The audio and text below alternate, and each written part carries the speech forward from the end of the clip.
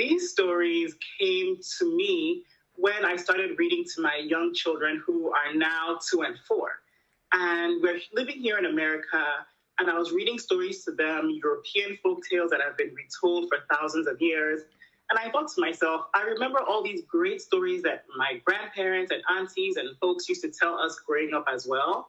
And I would hate for my children to miss out on these stories as well because they were so fun, they were so engaging, they were creative ways to share different moral values, and they are applicable to kids of all backgrounds. So whether growing up in Nigeria or here in America, it's a way to kind of blend cultures and bring some of our heritage here. What prompted you to embark on this journey to teach children various African languages? My children, again, inspired me to go on this journey. I was born and raised in Nigeria, now living here as an American, and I have children who are now being raised as Americans. And I feel like we're growing up in a multicultural family because they have the American realities of every day, but I'm also trying to infuse different parts of our culture into their experience. So I actually was working with my sister-in-law who has a brand that helps to build language learning tools for our specific language, which is Igbo. And that's how we created the first words in different African languages. The validation for me came when I saw my children react to it. Like they grabbed it, they wanted to learn. And this has really been helpful for them to actually learn our different languages and different words in our languages.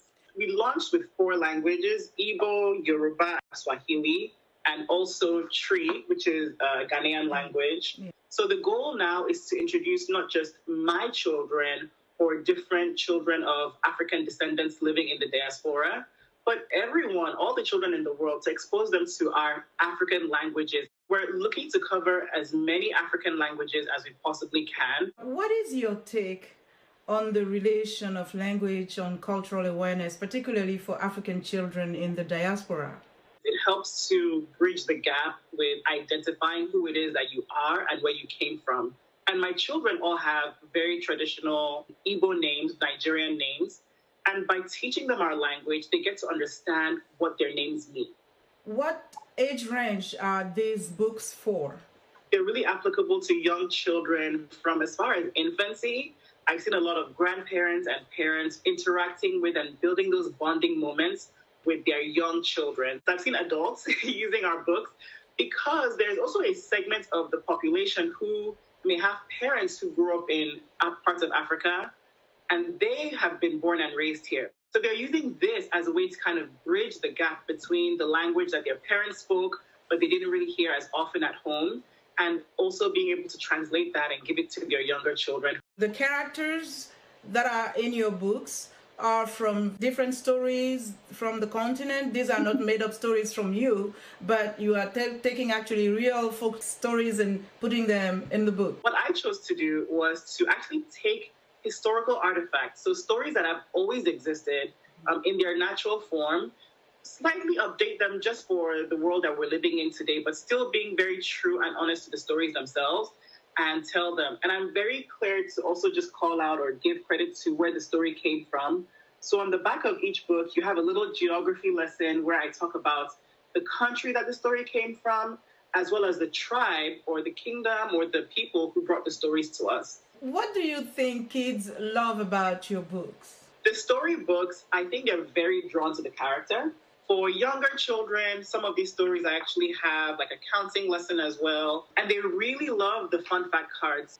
With the language books, I'm pretty sure it's the colors, the look, the size. It's very bite-sized.